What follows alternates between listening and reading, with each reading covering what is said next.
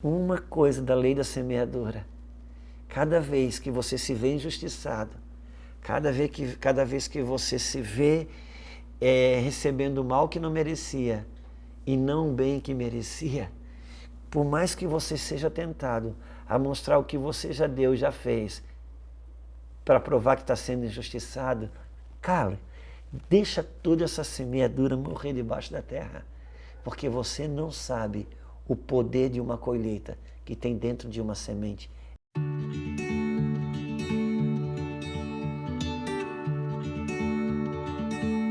Uma coisa que eu percebo hoje, as mães que assim que estão estressadas, afadigadas com seu filho, com a sua criança.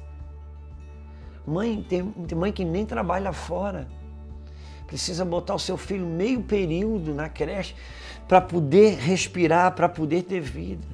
Tem pais que eles se separam no culto, um vai no culto de manhã, o outro vai no culto da tarde, porque a criança não pode estar, não dá para os dois juntos, porque senão a criança é incontrolável ali.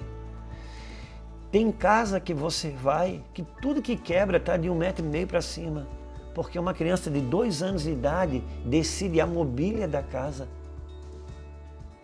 Tem mães que acordam 4, 5 vezes na noite porque o filho acorda, então ela precisa acordar, porque se ela não acordar, eu acho que o filho vai morrer ou coisa do gênero.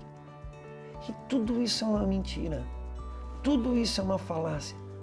Cada criança tem a sua personalidade, cada criança tem o seu nível de exigência. Cara, mas se fizer o que a Bíblia diz, é tão simples. Você vai dormir uma noite toda. Você não vai precisar ter nada quebrando dentro de casa. Você não vai ser uma mulher estressada. Você pode ter 1 filho, 2 filhos, 3 filhos, 4 filhos.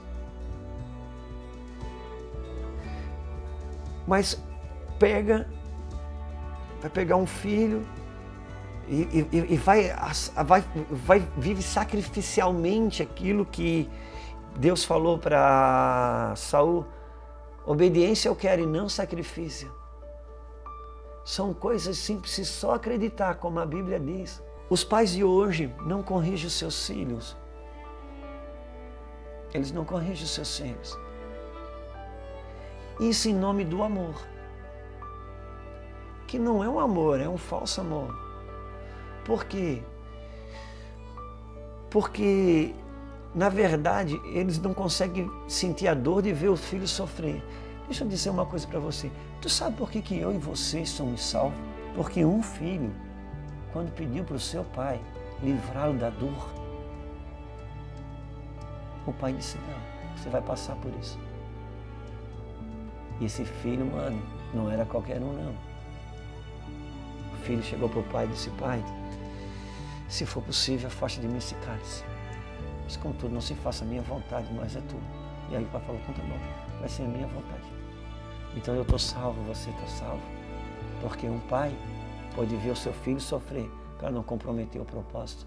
Então assim, a Bíblia conversa pouco hoje conosco de maneira geral.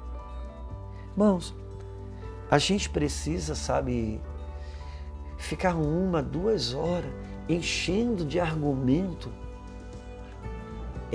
uma palestra, um sermão, uma fala, para que as pessoas possam cumprir o mínimo de Bíblia.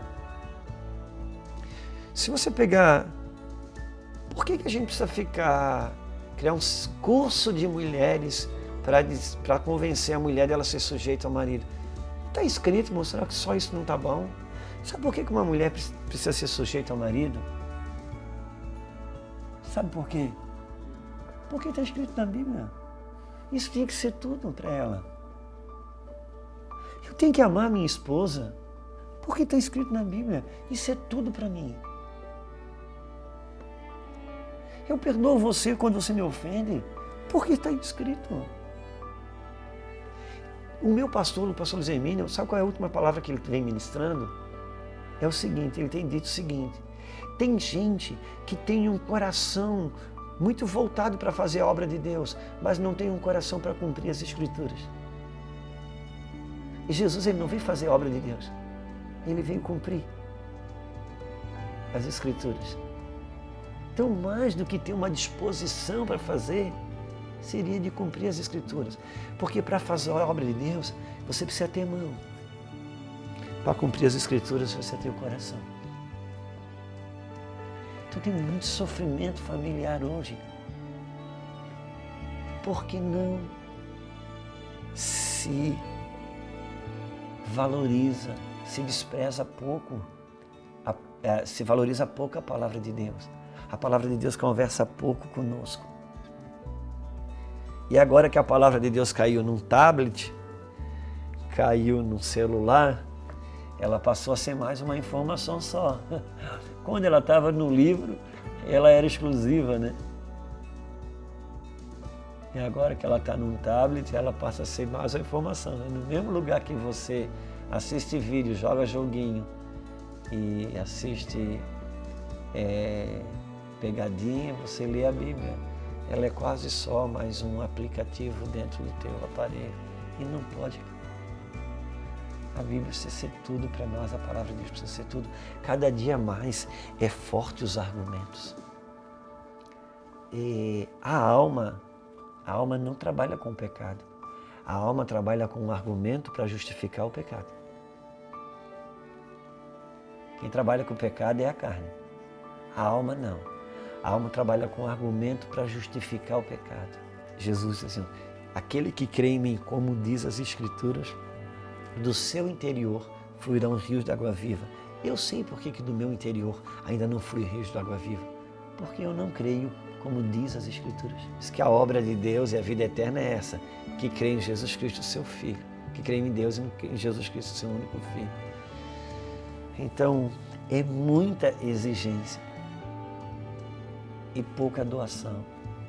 E a palavra de Deus não funciona assim. Jesus estabeleceu um princípio que diz o seguinte, que o grão de trigo caindo na terra, se ele não morrer, ele fica só.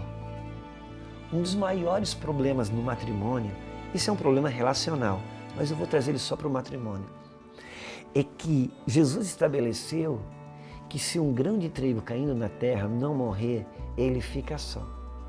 Ele está dizendo que há uma lei da semeadura, que a semente ela precisa ficar embaixo da terra, esquecida até morrer, que daí ela dá uma colheita.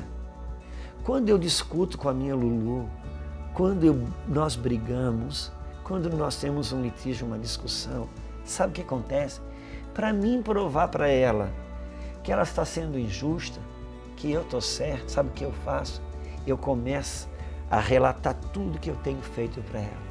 Eu tenho te amado, eu tenho te ajudado nisso, eu tenho feito aquilo, eu tiro tempo para isso. Eu vou dizendo tudo que eu faço para provar para ela que eu não mereço o mal que ela está me fazendo e mereço o bem que ela está me negando. E nessa hora, sabe o que eu faço?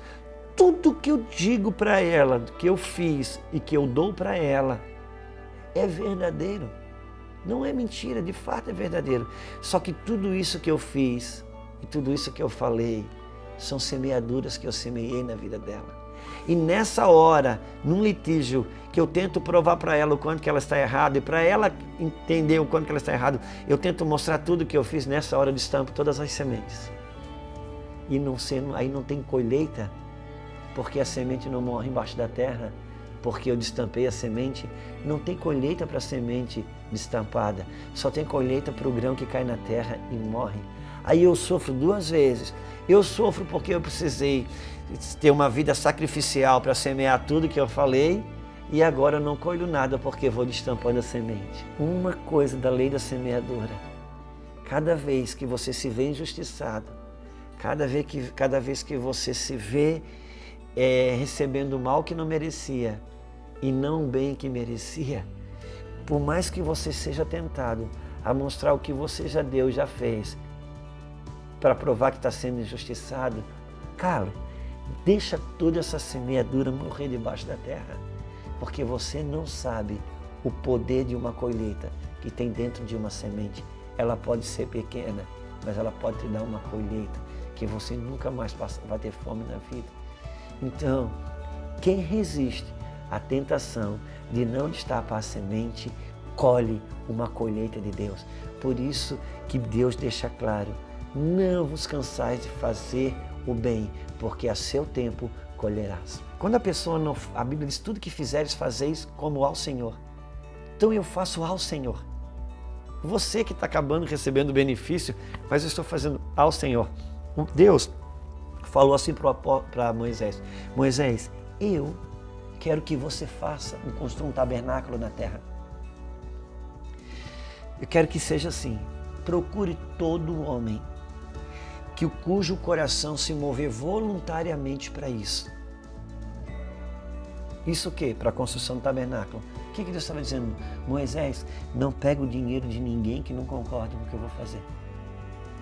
Porque quem dá dinheiro sem concordar, amanhã cobra. Quem ajuda naquilo que não concorda, amanhã cobra. Quem ajuda naquilo que concorda, mesmo que amanhã não tenha benefício, entendeu que era para o Senhor. Um problema grave nunca vem de um único fator. Problemas graves são multifatoriais, né? Dizem que um avião não cai por um problema único, é um conjunto de problemas, né? Então, isso é um dos fatores. Muitos erram por hoje ter poucas referências. O que é uma referência? Referência é um lugar que eu olho para me garantir que eu não estou perdido. Quando você chega no Rio de Janeiro, uma das maneiras de você olhar para que lado que está o hotel é o Cristo Redentor. Você olha para lá, não é o Cristo que você quer, mas Ele garante para você que você não está perdido. Sabe que lugar que você vai, que se pintar a casa rosa da esquina de azul, você já perde o caminho, porque você marcou algumas referências, não é lá que você vai, mas ela comunica para você que você não está perdido, você está no caminho certo. Então hoje realmente há muitas pessoas errando porque faltam referências que apontam o caminho verdadeiro, principalmente os ensinadores, porque quando um cirurgião erra uma cirurgia, morre uma pessoa. Quando um ensinador erra um ensino, morre muita gente. E os últimos dias, a marca dos últimos dias são os falsos ensinos. Mas a Bíblia ainda está aí. Não falta livro. Ainda não vai ser desculpa, porque a palavra de Deus está aí. Se houver um interesse genuíno no coração, de seguir a Deus em verdade, Deus vai dar um jeito de te conduzir nesse lugar. Você vai apanhar aqui, esbarrar lá, mas uma hora, por causa do teu coração, Deus vai ao teu encontro, porque Ele está procurando os verdadeiros adoradores. Então, se tiver uma adoração verdadeira, Ele vai achar. Uma das coisas assim, que foi muito relevante para mim aprender sobre a fé, é que Deus me deu a fé para ela cobrir em mim o que o amor ainda não governa. Deus me deu a fé para eu viver aquilo que em mim o amor ainda não governa. Porque a Bíblia diz que hoje nós vivemos a fé, a esperança e o amor. Mas a Bíblia diz que vai chegar um dia que nós vamos viver só o amor. Não vai mais haver necessidade da esperança e nem da fé. Então, só que todos nós pensamos o seguinte, esse dia que a gente vai viver só o amor é o dia pós-ressurreição, a partir do mundo perfeito de Deus. Só que não, se eu e você nascemos de novo, o reino, a eternidade para nós começou agora. Então, tudo que o céu propõe já começa agora. Então, eu já posso estar vivendo isso agora.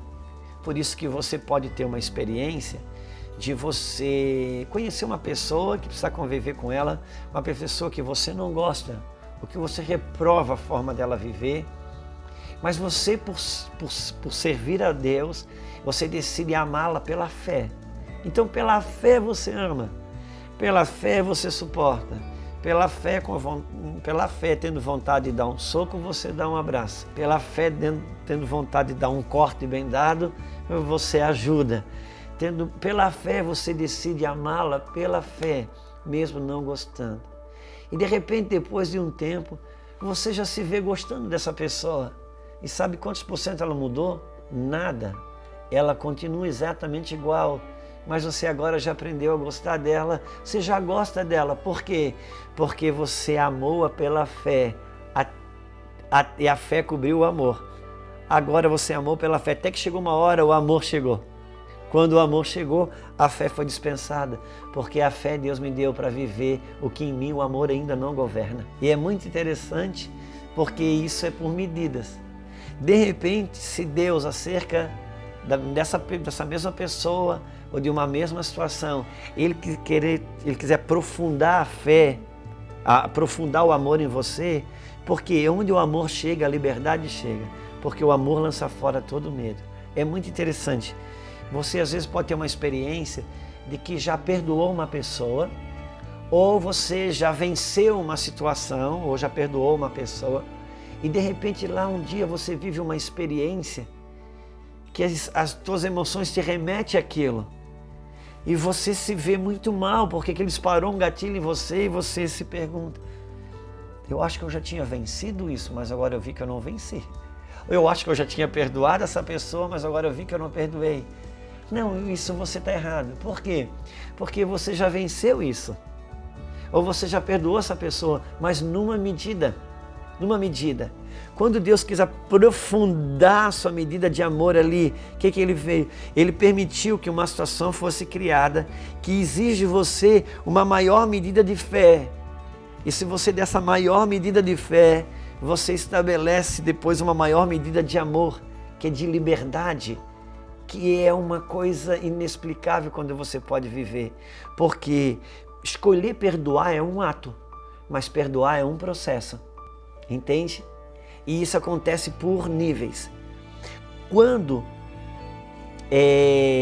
Davi derrubou o gigante, ele venceu um nível sobre o gigante e estabeleceu um nível de autoridade sobre aquele gigante.